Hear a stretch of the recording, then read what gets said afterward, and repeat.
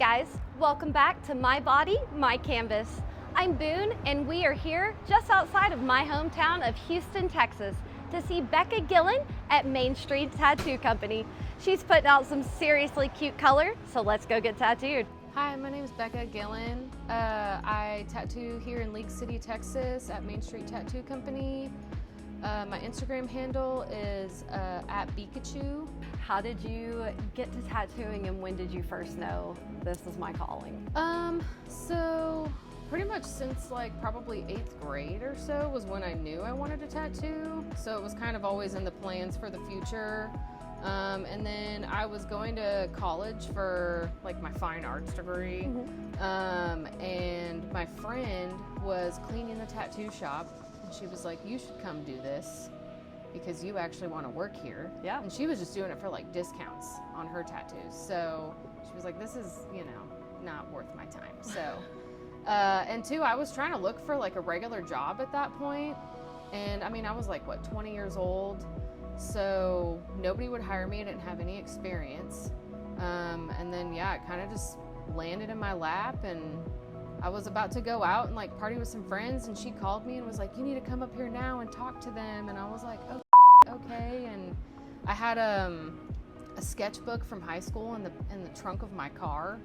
So I just brought that with me and I was like, hey, here's my stuff. Can I like clean here? And they were like, yeah, totally. And after that, I mean, it kind of was just pretty quickly. I kind of just fit into the shop, you know, so just became a fixture there. Yeah. So, and then I worked at that shop for 10 years.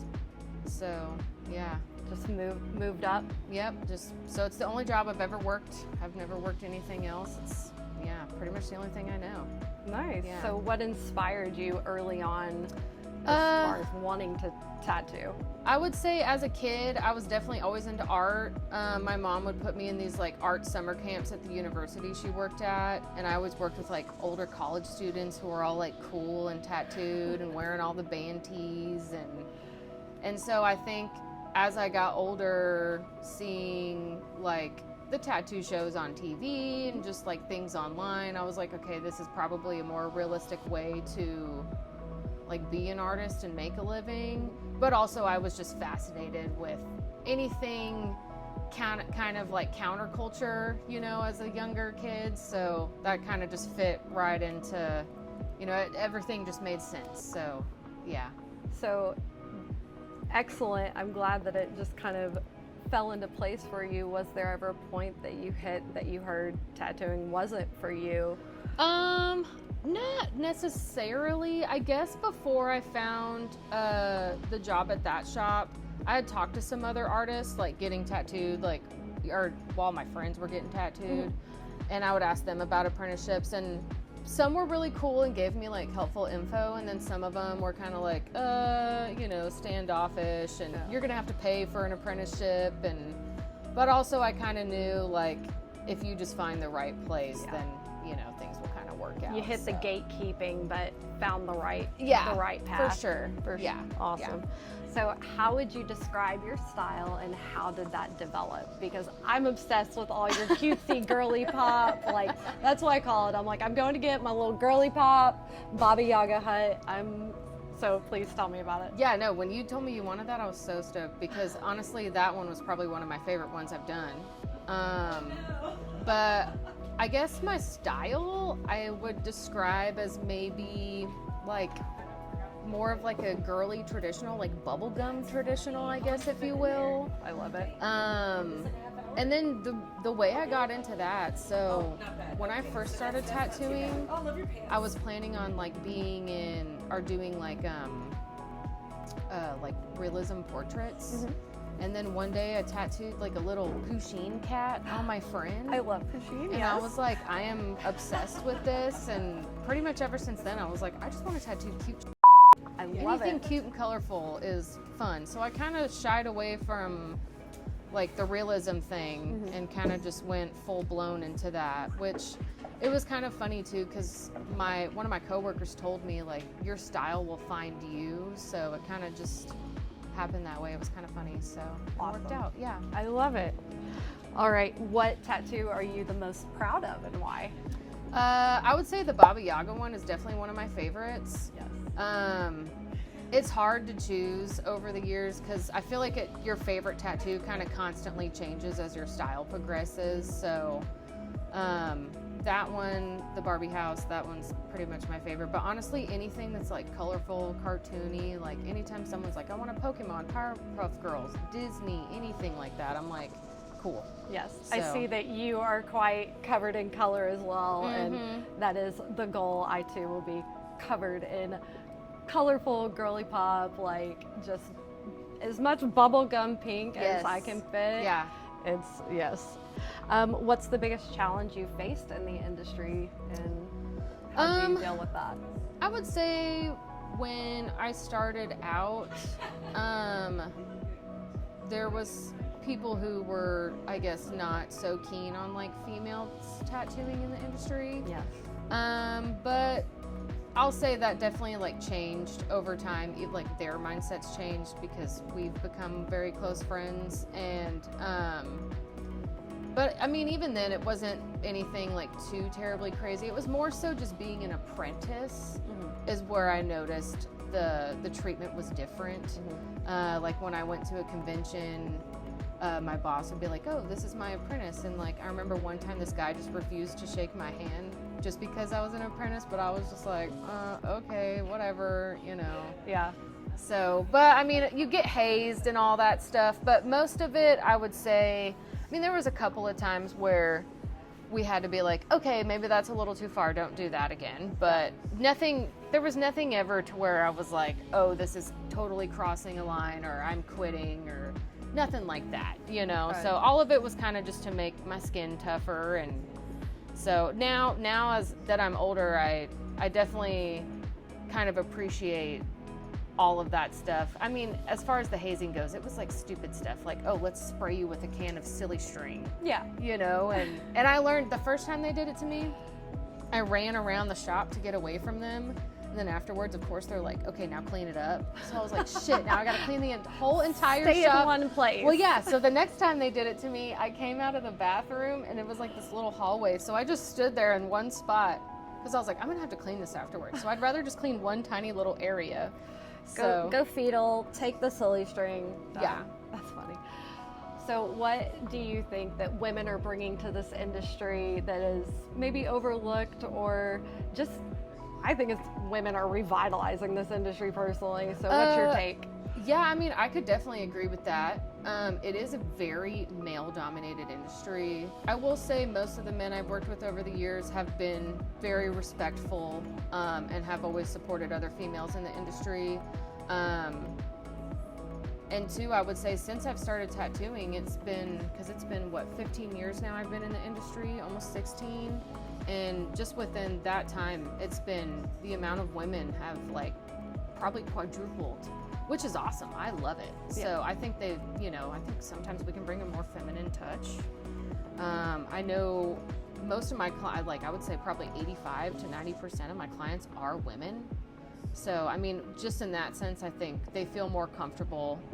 You know, I mean, we've all heard the horror stories in the industry and people being not very, Kind. yeah, you know, so, I think with women, that concern is already just kind of out of the window, Yeah. you know, so. And with those women coming in, the industry itself seems to be growing a more supportive, Oh yeah, for sure. growth mindset. How Yes. can I develop you as an artist versus, maybe go sit there and just learn and Yeah, it definitely, I would say, yeah, having more women in definitely kind of like nurtures the industry a little bit. Do you see tattooing as a form of healing, or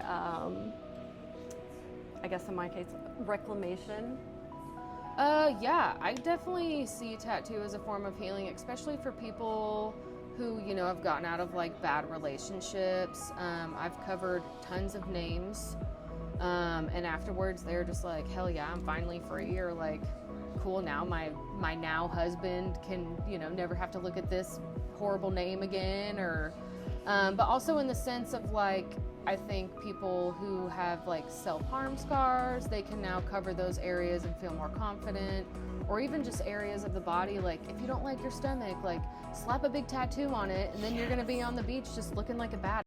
That's right. You know, you're not gonna care if there's a little, you know, whatever you don't like is there. It looks awesome. Yeah. So I totally think there's agree. plenty ways that it kind of, I think it helps everybody kind of build up their confidence, men and women. So, because I mean, everybody feels like a bad once they're done getting tattooed, you know. That's so right. yeah. I love it. What's the most emotional session you've had, and why did that come about? The most emotional session. I mean, I've done lots of like memorial tattoos, even ones for just like animals. Oh yeah. I don't know if I could think of like a specific one. But I mean, I've dealt with people who've like lost their children, you know, memorial tattoos for parents, all kinds of things, friends. Probably one of the more emotional ones for me was a friend that I had lost. Her best friend came in and got like a memorial tattoo for her. So that was kind of nice. So, because most of the time I'm doing a memorial tattoo, I don't know the person. So this time I actually, you know, someone I knew. So hit a little closer to home. Exactly. Yeah. Yes. Yeah. What would you say to a woman who feels disconnected from her own body? Get a tattoo. Yeah, I mean, yeah, seriously. I mean, that definitely, I mean, there's parts like my upper arms I've always like felt like, ugh, yeah, I think every girl has insecurities. Yeah, of course. So I will say now that I've had my arm tattooed, like I'm less nervous to like turn to the camera for a photo or something, you know. So I think with things like that, it kind of helps just build your confidence and, you know, that kind of thing. Even like with coloring your hair, you know, it kind of, yeah, I'm sure you get compliments everywhere you go on your hair, so do I. So you kind of just all day you're like, oh, thank you. It's just nice to get the compliments. Yeah, so, even when it looks like trash. yeah, Yes, it people is are like, purple, oh, thank your you. hair's looks, yeah, exactly. So yeah. Yeah, I had a little girl walk past me and she goes, Mommy, her hair is purple. And she goes, it is? She goes, I want my hair to be purple. And I was like, you do it, sister. When you grow old, you get your hair purple. Yeah, and it is kind of cool because I remember being like the 14-year-old girl in like Hot Topic and seeing some like older woman come in and just thinking, oh my God, she's like a real life Morticia or something, you know, she looks amazing. I want to be like her one day. Yeah. And now I walk into Hot Topic and I'm like, I see other little girls look at me like that and I'm like, oh, I am her now. Yeah, you know, I am like, she. It's awesome. Yeah, so I love it. Absolutely.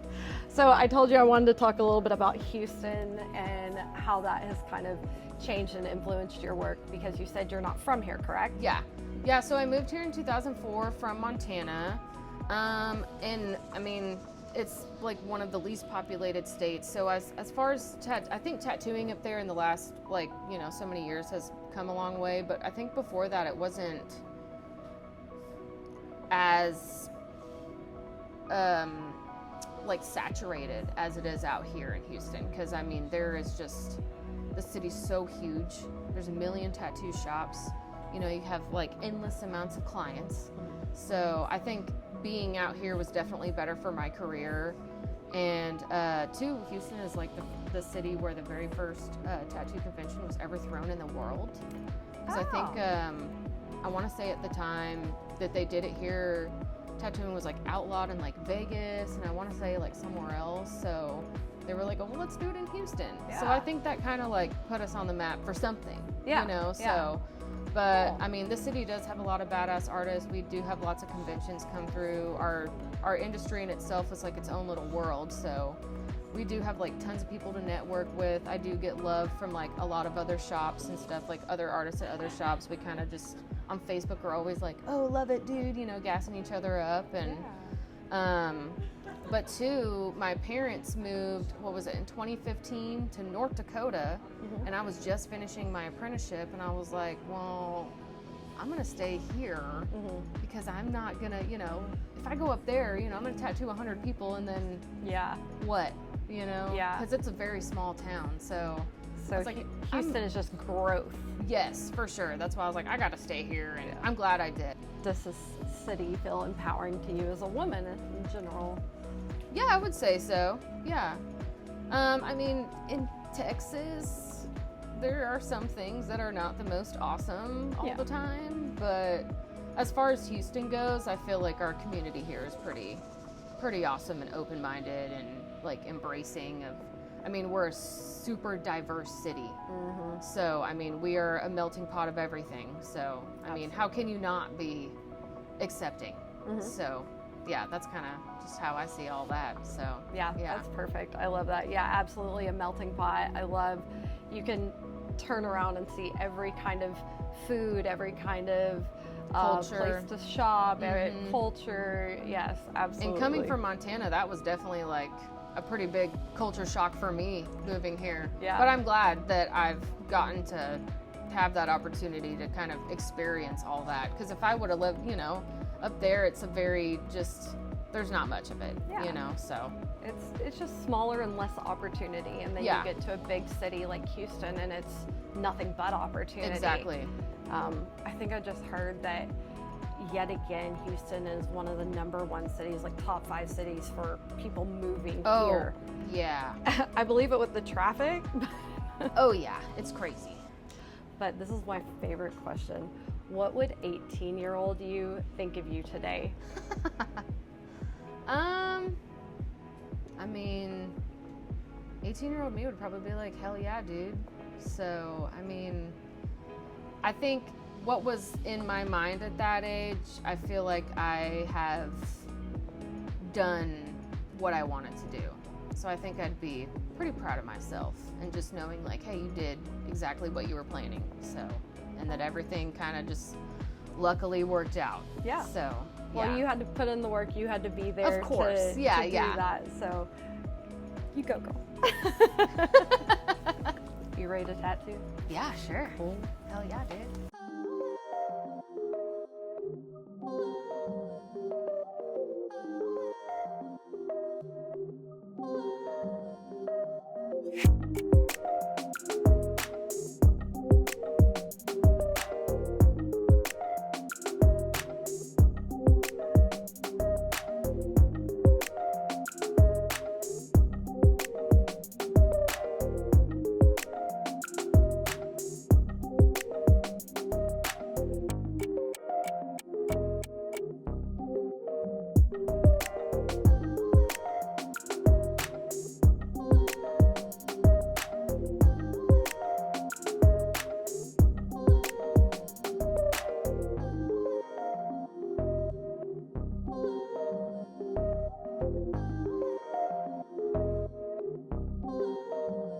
I'm Becca from Main Street Tattoo Company in League City, Texas. And if you're in this area and you want some cute, colorful tattoos, hit me up on Instagram.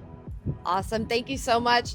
This is My Body, My Canvas. I'm Boone, and I will see you in our next city.